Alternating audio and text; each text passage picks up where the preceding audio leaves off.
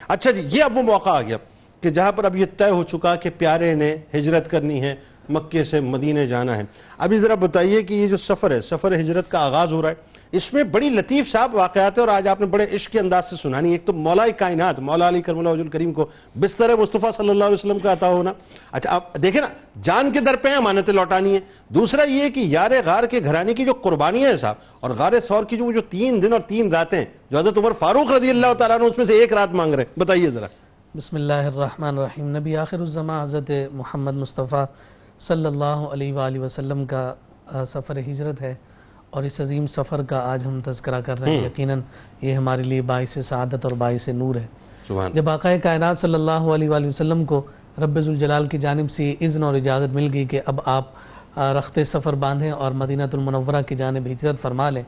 تو نبی رحمت صلی اللہ علیہ وسلم دوپہر کی تپتی دھوپ میں جناب صدیق اکبر کے گھر تشریف لے گئے۔ سیدہ اسماء کہتی ہیں کہ اس وقت میں حضور علیہ السلام پہلے کبھی نہیں آئے تھے، تو میں دوڑتی ہوئی اپنے بابا جان جناب صدیق اکبر کے پاس گئی اور کہا کہ حضور علیہ السلام غیر معمولی وقت میں تشریف لائے۔ تو جناب صدیق اکبر نے باہر آ کر استقبال کیا اور آقا کائنات صلی اللہ علیہ وسلم نے آ کر یہ پیغام دیا کہ رب ذوالجلال نے مجھے ہجرت کا حکم صادر فرمایا۔ اللہ اکبر۔ وہاں وہ تشریف فرماتے اور تیار تھے پہلے سے۔ مان فوراً سوال، یا رسول اللہ آپ کی مائیت کسے نصیب ہوگی، آپ کا ہم سفر کون ہوگا؟ تو حضور نبی رحمت صلی اللہ علیہ وسلم نے فرمایا کہ اس سفر میں ہم سفری کے لیے تمہارا انتخاب ہوگا۔ اچھا، یہ زبان مصطفیٰ صلی اللہ علیہ وسلم سے ادا کروانا چاہتے تھے ورنہ ذہن میں تھا، وہ 2 اٹھنیاں پہلے سے تیار کر کے رکھی تھی؟ بالکل ایسا ہی۔ اب آپ یہاں پر ایک جو لطیف بات ہے وہ یہ کہ سیدہ عائشہ صدیقہ رضی اللہ تعالیٰ عنہ ہم سب کی ماں، چونکہ اس وقت ان کی عمر کم تھی،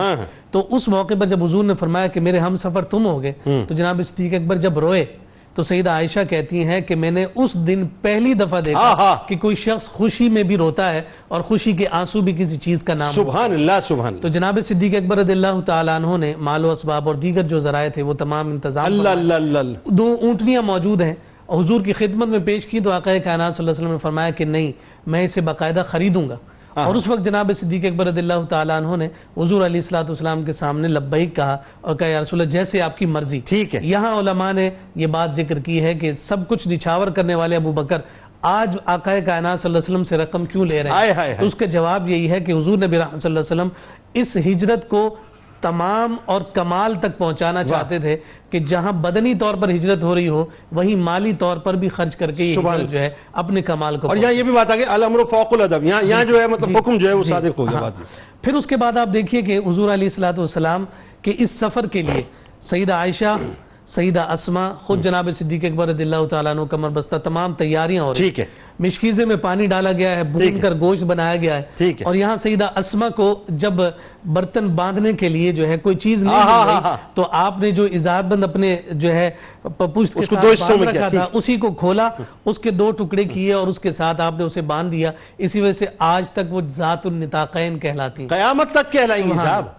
قیامت تک کہلا رہی ہیں، اور یہ ان کا اعزاز اور ان کا شرف ہے کہ حضور کی خدمت پر انہوں نے اس انداز میں اپنے آپ کو پیش کیا۔ جناب سیدنا علی المرتضیٰ رضی اللہ تعالیٰ عنہ کی کیفیت ہمارے سامنے آتی ہے۔ حضرت علی المرتضیٰ شیر خدا حضور کو کتنے محبوب ہیں، کتنے پیارے ہیں، یہ کسی سے ڈھکی چھپی بات نہیں ہے، لیکن اس بستر پر جناب علی المرتضیٰ کو سلا کر جا رہے ہیں کہ جس بستر کے ارد گرد جو ہے دشمن جان لینے پر آمادہ اور تلے ہوئے نظر آ رہے ہیں، اور حضور علیہ السلام فرما رہے ہیں کہ علی تم میرے بستر پر سو جاؤ، جب صبح ہو امانتیں لوٹا کر میرے پیچھے آ جانا۔ اب علی المرتضیٰ رضی اللہ تعالیٰ عنہ فرماتے ہیں کہ وہ رات جتنے سکون سے سویا ہوں کسی اور رات نہیں سویا،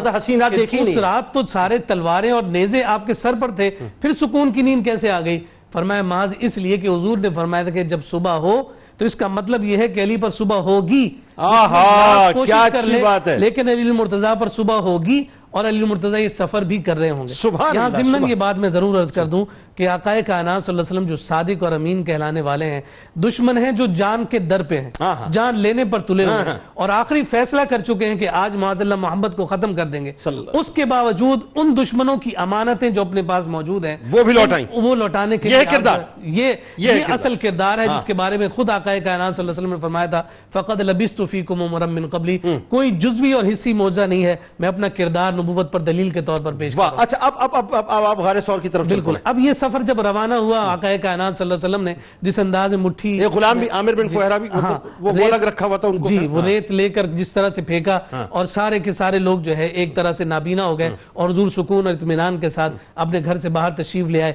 غار ثور میں تشریف لے جا رہے ہیں اور حضور علیہ السلام پنجوں کے بل چلتے تھے. سیرت نگاروں نے لکھا پنجوں کے بل چلنے کا سبب یہ تھا کہ کوئی کھوجی جو ہے واپسی پیچھے سے رستہ نہ لے لے، اور حضور علیہ السلام پنجوں پر چلنے کی وجہ سے جو حریری تلوے تھے جب ان میں جو ہے وہ خون کی جو نمائی سامنے آنے لگی تو جناب صدیق اکبر رضی اللہ تعالیٰ عنہ سے برداشت نہ ہوا اور حضرت صدیق اکبر رضی اللہ تعالیٰ عنہ نے آقا کائنات صلی اللہ علیہ وسلم کو اپنے کندھوں پر اٹھا لیا اور غار ثور میں لے گئے. 3 دن اور 3 راتیں تھی. میں یہ بات عرض کر کے بات کو ختم کروں کہ ان 3 دن اور 3 راتوں میں ایک مصطفیٰ تھے اور دوسرے ابو بکر تھے. ابو بکر مصطفیٰ کو دیکھتے تھے، مصطفیٰ ابو بکر کو دیکھتے تھے. نہ جانے اس میں کیا نوازشات کی بارشیں مصطفیٰ کی بارگاہ سے صدیق اکبر کی جانب ہوئی کہ وہ یار غار و یار مزار آج بھی افضل البشر بعد الانبیاء بالتحقیق کے درجے پر اپنے آپ کو سانپ سے ڈسوا لیا لیکن مصطفیٰ کریم صلی اللہ علیہ وسلم کی نیند میں خلل نہ آنے دیا. ایک جملہ مجھے لاجیکلی کہنے دیں کہ آپ نے اپنے مبارک کندھوں کے اوپر سرکار مدینہ صلی اللہ علیہ وسلم کو اٹھایا. جب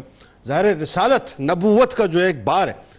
عام آدمی غار ثور نہیں چڑھ سکتا، سانس پھول جاتا ہے. یہ کون سی طاقت اللہ نے صدیق اکبر رضی اللہ تعالیٰ عنہ کو عطا کر دی کہ رسول کریم صلی اللہ علیہ وسلم کو لے کر چلے تھے.